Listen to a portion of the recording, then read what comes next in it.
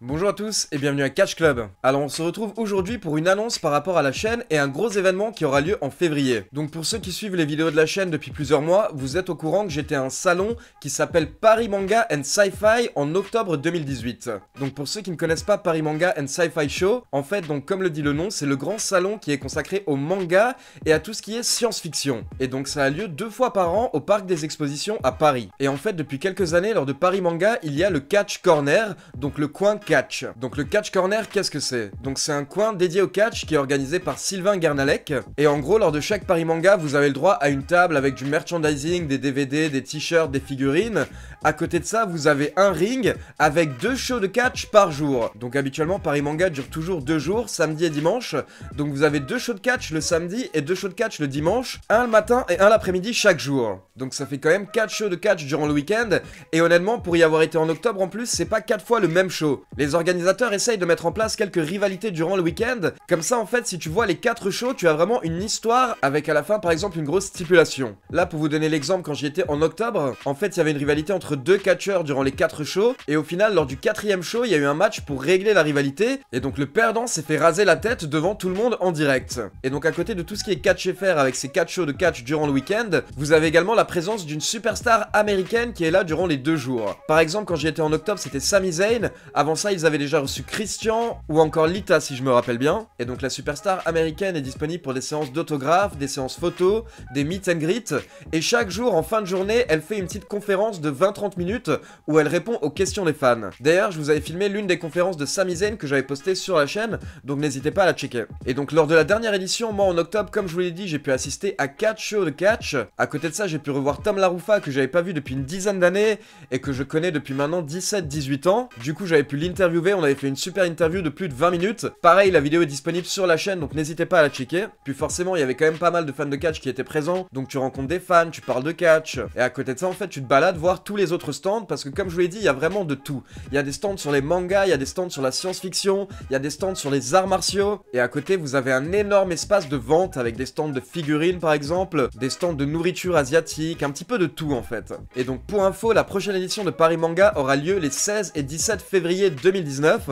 Donc c'est un week-end, samedi et dimanche. Et donc pour info, je serai sur place pour couvrir l'événement. Du coup, voici les détails en fait par rapport à la prochaine édition. Donc déjà, commençons avec le Catch Corner. Donc cette fois-ci, à nouveau, vous aurez le droit à 2 shows de catch par jour. Et en fait, lors de cette édition, vous aurez le droit à un tournoi. Donc c'est le tournoi Atlas Wrestling Cup. Donc à côté, vous aurez d'autres matchs. Mais déjà, il faut savoir qu'il y aura ce tournoi. Et donc je vous donne les 8 participants. Donc on a Amasio, Stan Corey, Thiago Montero, Ravage, Rick Salem, Valeden et Camus. Alors j'ai déjà pu voir Thiago Montero justement lors du dernier Paris Manga et honnêtement il est vraiment très solide, je trouve que c'est un bon catcheur. Et à côté de ça, moi l'un de ceux qui m'avait le plus marqué, en tout cas niveau charisme et niveau personnage, c'était Rick Salem. Je trouve qu'il était vraiment à fond dans son perso et que du coup ça rendait vraiment bien. Comme je l'avais déjà dit et d'ailleurs je vous avais amené plein de vidéos de ces shows de catch dans mon vlog Paris Manga 2018, vous pourrez le voir dans la vidéo, mais la qualité des shows de catch était vraiment exceptionnelle. J'étais vraiment étonné en fait par le niveau du catch parce que beaucoup de personnes ont des a priori par rapport au catch français. Et honnêtement, moi le premier, parce que j'en ai vu pas mal en fait des shows de catch français, et on va dire qu'il y a de tout en fait. Parfois on a de bonnes surprises, mais parfois on a également de mauvaises surprises. Mais là vraiment c'était génial,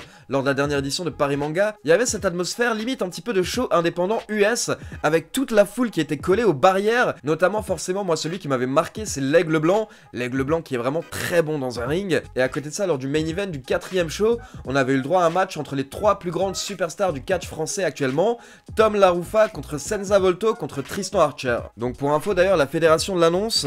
Donc on aura le droit au quart de finale du tournoi le samedi matin, les demi-finales le dimanche matin et la finale le dimanche après-midi. Et donc passons maintenant à l'annonce principale concernant la prochaine édition de Paris Manga. La superstar qui sera sur place les 16 et 17 février, c'est Kevin Nash. Donc honnêtement, si vous êtes fan de catch, normalement vous connaissez Kevin Nash. C'est tout simplement l'une des plus grandes légendes de ces 30 dernières années, l'un des noms qui a le plus marqué l'histoire du catch, que ce soit à la WWE ou à la WCW. Donc moi, pour vous expliquer très rapidement, en fait comme je vous l'avais déjà dit, Le premier show de catch que j'ai vu c'était en 93, j'avais 4 ans, et le premier match que j'ai vu, je m'en souviens parfaitement, c'était Bret Hart contre Bam Bam Bigelow. Donc forcément du coup j'ai adoré Bret Hart, c'est devenu un de mes préférés. Mais le second souvenir que j'ai, et le premier show que j'ai vu en entier, que j'ai même enregistré sur une cassette et que j'ai regardé plus de 300 fois, c'est le Royal Rumble 1994. Ce show m'a vraiment marqué et c'est d'ailleurs la raison pour laquelle le Royal Rumble est mon PPV préféré. D'abord, comme je vous l'ai dit, parce que c'est le premier show que j'ai pu voir en entier. À côté de ça, parce que dedans vous aviez un match spectaculaire entre Yokozuna et l'Undertaker. Et aussi à cause du Royal Rumble match, ce match où pour la première fois j'ai découvert Diesel.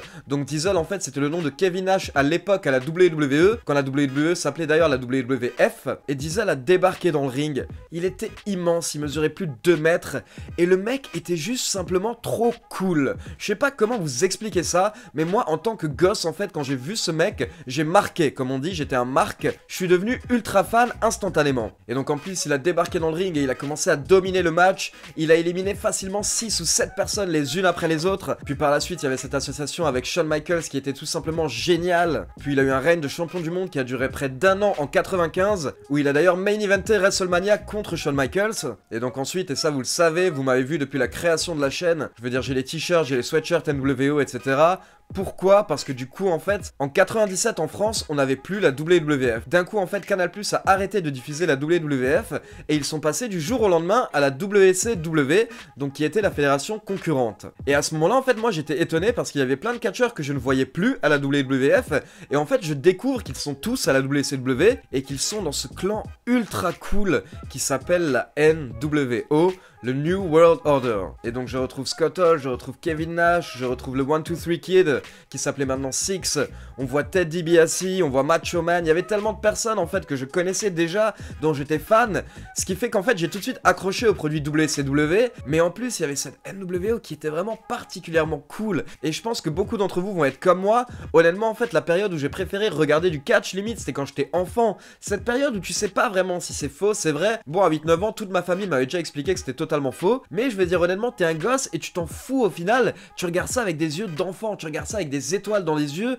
et tu kiffes quoi, tu pop. Et moi honnêtement à cette période là, à partir de 5 ans quand j'ai découvert Kevin Nash jusqu'à mes 12, 13, 14 ans, Kevin Nash était tout simplement mon catcheur préféré et je me levais tous les samedis matins à 7h du mat pour pouvoir regarder donc les superstars du catch, puis par la suite WCW Monday Night Raw, la WCW qui était présentée à l'époque par Marc Blondin et Michel Le Tourneur, je me souviens son nom me faisait trop triper, et honnêtement la raison principale pour laquelle je me réveillais c'était toujours donc le main event pour voir Kevin Nash, voir la NWO, voir la Wolfpack. Ce mec était tout simplement la personnification du mot cool pour moi. Et donc Sylvain Garnalec a eu la gentillesse de m'inviter pour couvrir l'événement, donc je le remercie beaucoup, merci Sylvain. Et donc info pour tous les fans qui souhaitent rencontrer Kevin Nash, comme je vous l'ai dit, il sera présent sur place à Paris Manga le 16 et le 17 février. Et donc il y aura des séances photos, des séances dédicaces, des meet and greet. Donc pour info, les séances photos et dédicaces sont payantes. Vous avez les tarifs sur le site de Paris Manga et les horaires des séances photos et dédicaces seront précisés prochainement sur le site. Et donc à côté de ça, chaque jour, il y aura une conférence gratuite ouverte au public. Pour Sami-Zayn par exemple, elles avaient duré 20-30 minutes, donc c'était en fin de journée le samedi et le dimanche.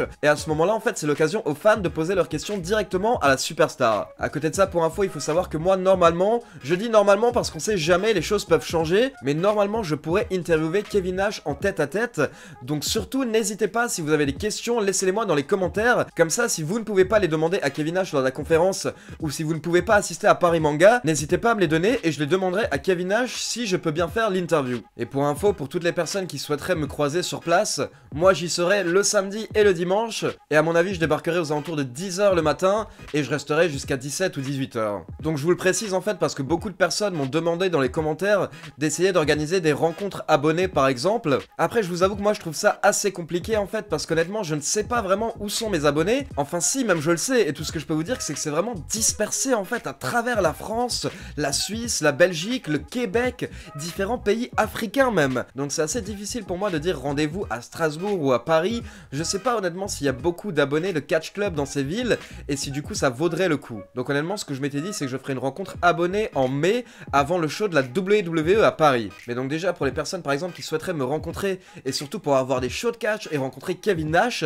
rendez-vous les 16 et 17 février. Et l'autre grand nom qui est annoncé pour le moment, le nom qui m'intéresse le plus personnellement à côté de tout ce qui est catch, c'est James Marsters. Donc pour ceux qui connaissent la série Buffy contre les vampires, une série que je regardais beaucoup quand j'étais plus jeune, en fait il s'agit du méchant vampire Spike. Donc Spike, franchement, c'était un des personnages qui avait le plus la classe dans la série. Donc c'était un vampire qui était méchant à la base, qui était marié à Drusilla si je me rappelle bien, et en fait par la suite il avait effectué un face turn, c'était devenu un des personnages gentils de la série et vraiment un des personnages les plus cool. Donc voilà, James Marsters, Spike, sera présent à Paris Manga, et sur le Twitter de Paris Manga ils ont annoncé une autre surprise par rapport à Buffy contre les vampires, donc je ne sais pas si c'est une autre star qui va être annoncée dans les prochains jours. En tout cas on est que au début des annonces concernant Paris Manga, donc ils vont en faire d'autres dans les prochains jours, n'hésitez pas à suivre leurs réseaux sociaux. Voilà, et pour info par rapport au programme de la semaine, donc demain mardi on se retrouve pour la review de Raw, mercredi on se retrouve pour la review de SmackDown, jeudi on se retrouve pour la review de NXT, vendredi on se retrouve pour les prédictions par rapport au Royal Rumble, et dimanche on fêtera les 1 an de la chaîne. Honnêtement je vous avoue que je sais même pas vraiment quoi faire pour fêter l'anniversaire, parce que j'ai jamais été très anniversaire, limite moi-même je fête pas trop le mien, alors que cette année d'ailleurs je vais également fêter mes 30 ans en mars. Du coup bon, je pense que ce serait bien de marquer le coup, que ce soit pour Catch Club ou pour mes 30 ans. Donc je vous avoue que je réfléchis à faire un live dimanche, potentiellement un live vers 20 h, un petit peu en pré-show du Royal Rumble, où on pourra parler du Rumble tous ensemble, où je pourrai répondre à vos questions, et où en même temps on pourra parler de Catch Club, de tout ce qui va arriver en 2019. Et voilà, fêter l'anniversaire de la chaîne, parce que j'ai envie de le fêter avec vous au final. Vous savez, je veux dire, moi la chaîne pour moi c'est rien si je suis tout seul, et surtout c'est rien sans vous. J'aurais sûrement arrêté depuis très longtemps, je veux dire, si ça n'avait pas pris à ce point. Et là ce qui est assez incroyable, c'est comme je vous l'ai dit, on s'approche de l'anniversaire, on est à 6 jours, mais on s'approche aussi des 40 000 abonnés. Actuellement il me manque à peu près 500 abonnés, donc j'ai l'impression qu'on va limite atteindre les 40 000 le jour de l'anniversaire. Donc voilà, 40 000 abonnés, l'anniversaire de la chaîne, le Royal Rumble, cette semaine va être magnifique normalement. Donc je vous mets un sondage juste là, dites-moi si vous voulez un live dimanche en pré-show du Royal Rumble, oui ou non. Voilà, comme d'habitude n'oubliez pas de liker la vidéo, de vous abonner à la chaîne et de cliquer sur la petite cloche pour être informé de la sortie des prochaines vidéos. On se retrouve demain pour la review de Raw. Ciao tout le monde!